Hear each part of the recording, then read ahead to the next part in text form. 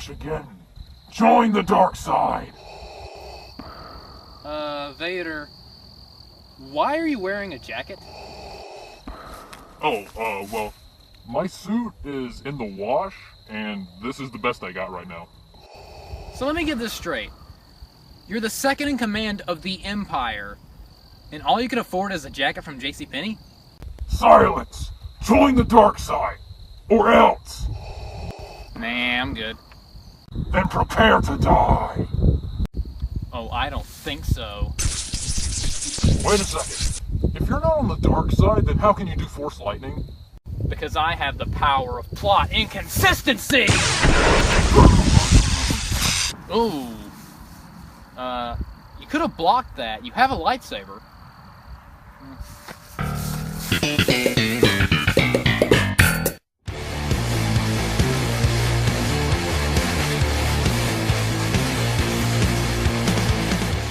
Star Wars, the First Unleashed is the burst of skirm. Excuse me. Star Wars The Force Unleashed is freaking awesome. Objectively speaking, of course. I mean, Knights of the Old Republic is cool and all, but can you do this?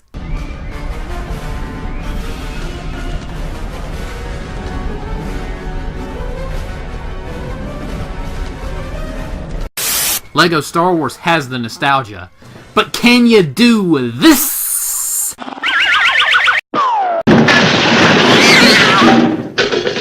Hey guys, it's your boy JoshAgeddon here, and I'm going to be reviewing the Xbox 360 version of Star Wars The Force Unleashed. It's a platinum hit.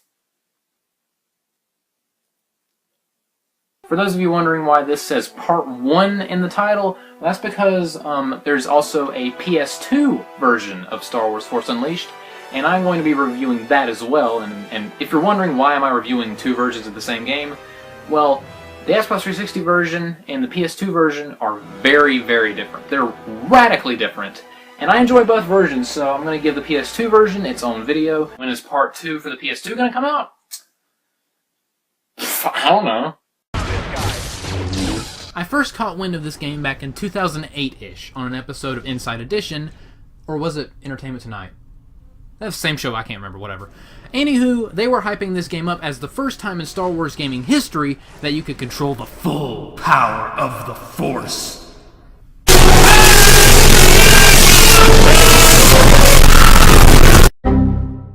So of course, I was freaking jacked. The gameplay footage they showed looked pretty cool, and my parents eventually got me a copy for the PS2. And it was, eloquently put, dope as frick. I absolutely loved it, and still do.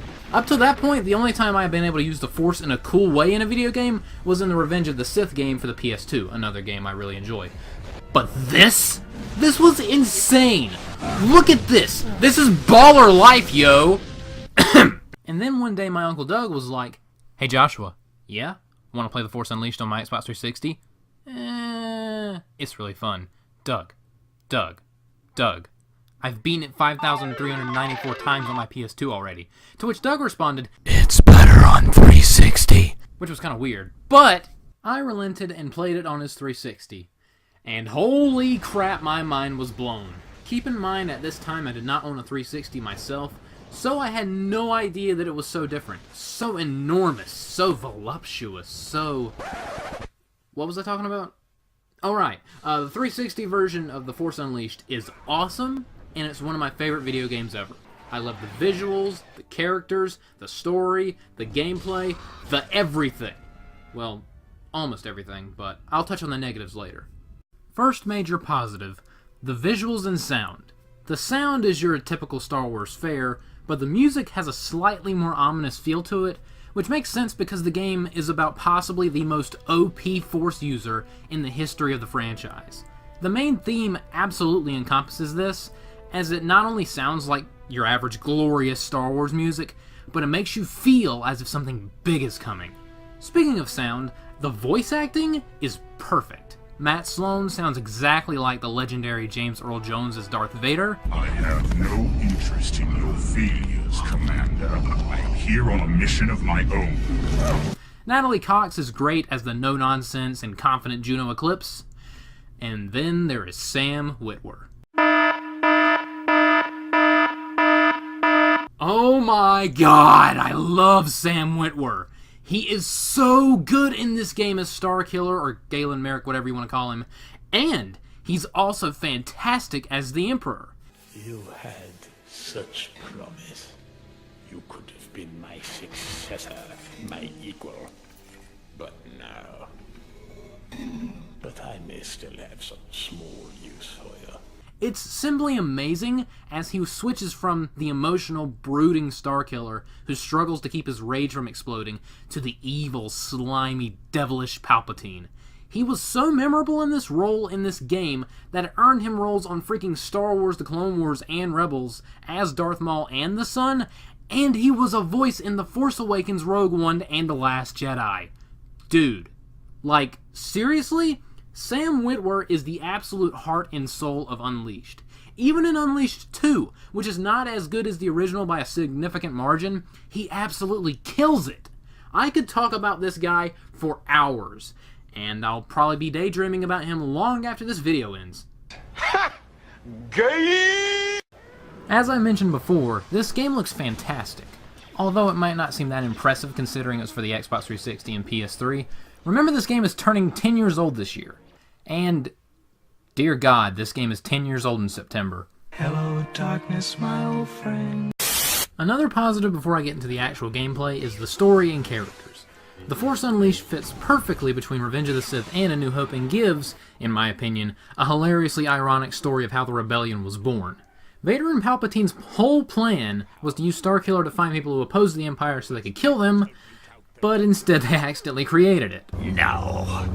No. No. You. Do you kiss your mother with that mouth? No. And I like all the characters in the game. Starkiller is of course edgy as crap, but he's still awesome because he's what would happen if a Jedi had sex with a nuclear warhead. I really need to work on my analogies. Rom Coda serves as a good foil for Darth Vader because he becomes Starkiller's much more positive father figure in that he doesn't stab him and throw him off a cliff. And Drunk Coda is just hilarious. Juno Eclipse is great as Starkiller's love interest. And Vader and Palpatine are, well, Vader and Palpatine. So yeah, the characters in the story are a big thumbs up, aside from one small problem. But again, I'll discuss that later. Now the gameplay. For the most part, it's very good. There's not another game in the Star Wars lexicon, aside from Force Unleashed 2, that enables you to use the Force in such a satisfying manner, which was the game's main selling point. The Force is so incredibly overpowered in this game, and it makes it so much fun to play. Whether it's using Force Push, Grapple, Lightning, etc., there's no shortage of fun ways to dismantle enemies, and watching them go flying with the Euphoria physics engine is both awesome and hilarious. And if you throw someone and press up on the D-pad, the camera zooms in and gives you the best view of your enemy bouncing off objects or flying away, which is a fantastic touch. As great as the Force is in this game to use, you of course have to play through the game and buy upgrades in your upgrade menu, which is somewhat tedious, but honestly it's standard procedure for an action game like this. And once you finally get a fully leveled up Starkiller, it is so worth it. Plus, the game rewards you for leveling up by completely replenishing your health and stamina, which is another nice touch. Any game that rewards you for doing well is a positive in my book. Anywho, back to the Force, my personal favorite aspect of the Force in this game is that you can use it along with pretty much any attack or movement. For example, the forward dash. You use this to cover distances, but you can press the B button while dashing to add a little force boost to go even farther and faster, and it becomes an offensive maneuver as well. Force Push and Lightning can be used in really cool looking combos as well, and my favorite of these is of course the home run. You can turn enemies into lightning grenades, impale them, blow everyone away with a repulse. There's so many ways to attack with the Force, and every single one of them is so much fun. And electrocuting Jaws is just the best.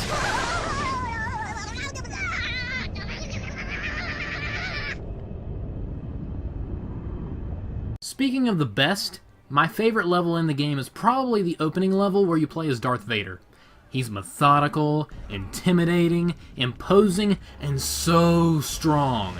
In this level, he feels just as awesome as he did in that hallway scene in Rogue One. But my favorite part of the level is actually a glitch near the end. There's a bridge near the first boss where Wookiees keep coming and coming and coming if you stay there. They'll just keep coming and coming for like half an hour. It never gets old wrecking them, and it becomes comical by the time the game is like, alright guys, it's time to move on.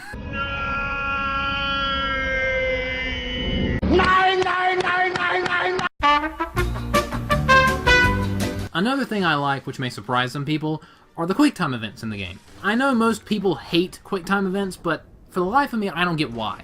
They are so awesome in this game, and the way Starkiller demolishes enemies is so spectacular and over the top. I just love it. He straight up brutalizes Darth Vader.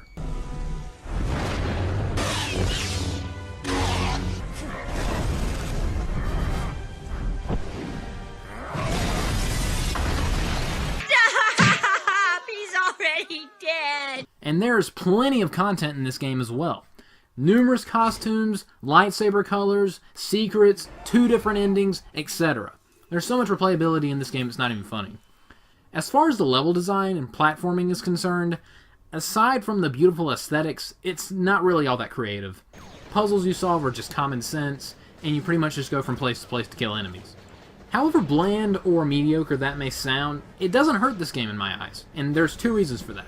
One, the aesthetics are beautiful, just like I mentioned. They are far superior than in the PS2 version, and in my opinion the camera work is better as well. Not saying that the PS2 version has a bad camera. In that version, the camera's zoomed in on Starkiller, and it works because A, the environment feels more personal and in your face because it's zoomed in, and B, the scope of the levels in the PS2 game is smaller and more contained, so a zoomed-in camera works better in that environment. However, in the 360 version, the world is so much bigger and the camera is zoomed out, which also sells you on how big the world is. It almost feels like a free-roaming environment despite being linear. The other reason why I cut this game some slack as far as the mediocre level design is because the Force in this game and the combat is so much fun that I can forgive it for not being that creative. Also, it helps that Starkiller's running speed is much faster in the 360 version than in the PS2 version, where he runs like he just crapped his pants. So yeah, there are a lot of positives with this game. I mean, the gameplay is really good, the characters are great, the story is great, it looks great, it sounds great. There's a lot of positives with Star Wars Force Unleashed. However, it is not a perfect game. There's no such thing as a perfect game. And there are plenty of negatives in this game, although most of the negatives that I have are more like nitpicks, and there are only like a few big problems that I have with the game. But let's start with my first little nitpick. Earlier I said I love this game's story despite one small problem. And that problem is that Darth Vader double-crosses Starkiller twice. First time was when they confronted the Emperor after Felucia, which was perfectly fine and a decent little twist. The second time on Corellia, just makes Starkiller look dumb. He's already literally stabbed you in the back, but you trust him anyway? Really? You agreed to stay away! I lied. Fool me once, shame on you. Fool me twice, shame on me. Fool me a third time, and I'll angrily drive my ship into your Star Destroyer while my fans scream about how much I suck. That leads me into my second nitpick. Some levels are just straight up missing. In the PS2 version, there are 3 levels where Starkiller goes to the Jedi Temple on Coruscant to train, and I very much enjoy those levels. But in the 360 version, they're completely skipped over. No duel with Darth Decius or Darth Phobos, but the worst offender is how they handled Starkiller meeting his ghost dad. In the PS2 version, you interrupt a duel between his dad and Darth Vader, and then protect Vader, and Starkiller murders his dad before finding out who he really is. It's a sad, effective scene, and one of my favorite parts of the PS2 game, but in the 360 version, you just see his ghost for 10 seconds on Kashyyyk and that's it. Lame, lame, lame, lame, lame! Sure, the Ultimate Sith Edition adds 1 level on Coruscant, but it's just not the same. And the Cloud City level on the PS2 where you recruit more rebels and fight an underground crime syndicate? Yeah, that's also removed from the 360 version. Why? I have no idea.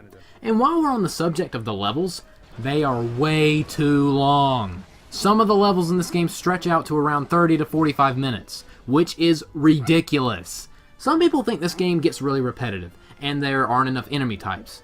And the reason why they say that is because these levels just go on and on and on and on, and they never end. Sometimes the levels are so long that the game will literally stop, save, and then continue. When your game needs to take a quick break, that's how you know you need to make shorter levels. Take the Empirical level, or the bar level where you find Coda, for example. Those levels are about 10 minutes apiece. Darth Vader's opening level is about 15 to 20 minutes. Those are perfectly fine level lengths. Anything 30 and over is just overkill. This next problem I have is very small and probably only bugs me, but I'll address it. The lightsaber locks during duels are kind of underwhelming, especially when compared to the PS2 version. On PS2, the lightsaber locks are intense, and the camera zooms in and positions change as someone takes the advantage. On 360, however, they just look like they're standing still, and the person who's winning just leans over. It's nowhere near as intense or exciting. It's a nitpick, but it's noticeable to me. Force locks have a similar issue, but they aren't as boring to me. Also, in force locks and lightsaber locks, no matter who you're facing in the 360 version, the animation is always the exact same. It's boring, lazy, and kind of annoying. And that leads me to my biggest problem with the game. The bosses are underwhelming as well. The mini-bosses like the Rancors and the AT-STs are perfectly fine, but the lightsaber duels just aren't very impressive at all. Again, the duels on PS2 are much better. On PS2, you can't just charge in, guns a-blazing. You have to know when to block, when to dodge, because the boss will block and parry you, or use the Force to beat you. And they feel like much bigger threats than their henchmen do. But on 360, most of the main bosses just feel like henchmen with longer health bars, and they don't really pose that much of a threat. Like Kazdan Paratus, for example. At points, he will make you fight Junk Titans, and honestly, they feel like more of a threat than he does. Mara's Brood is even worse. Before her, you fight a freaking Bull Ranker, and then her. And that should have been the other way around, or both of them at the same time. Going from a Bull Ranker to an edgy Asajj Ventress ripoff, who can turn invisible, is just silly, and honestly a downgrade. With all that said, these bosses don't suck, they are just fine. They are decent, mediocre, okay. But I will say that the fight against Proxy on the Imperial Raxus Prime is by far the best boss in the game. He uses everything you've dealt with against you, and then comes at you as freaking Darth Maul, and it's awesome. The duel against Darth Vader is also really fun, and it's so satisfying to just beat the stuffing out of this guy that's terrorized your life ever since he kidnapped you as a child. And I will say that as mediocre as these bosses are, they are really saved by the quick time events, because the quick time events on the bosses are the best in the game. But then, you have to fight the Emperor, and my god, this final boss sucks. He has no lightsaber, he does one attack, and his guards do more damage than he does. This boss fight is easily the worst in the game. And there's one final problem that I will address, and that is the glitches. 95% of the time, this game runs perfectly fine. But that other 5%? Whoa, it is some of the trippiest stuff I have ever seen in my life. But the worst glitch I have ever run into is the downward slash glitch where you fall through the floor, and the game just breaks. Oh my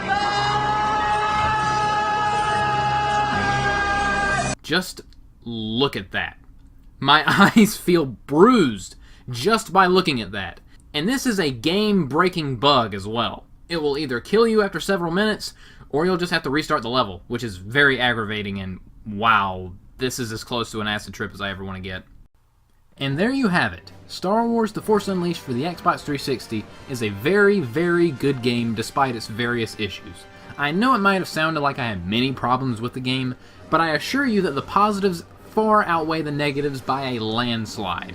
And even though I mentioned a lot of things the PS2 version does better, I still think that the 360 version is superior. But again, I love both versions. And so, my ranking. When it comes to Star Wars The Force Unleashed for the Xbox 360, I'd buy that. In my opinion, this is one of the best Star Wars games ever made, and I highly recommend revisiting it, especially since it turns 10 years old this year, which I still cannot believe. And that is the end of my review for Part 1, and sometime soon I will review the PS2 version in its entirety. Until then, thank you so much for watching. Thank you so much for watching. Make sure to like, comment, subscribe, and all that fun stuff if you enjoyed the video. Hope you have a wonderful day, and I will see you guys next time.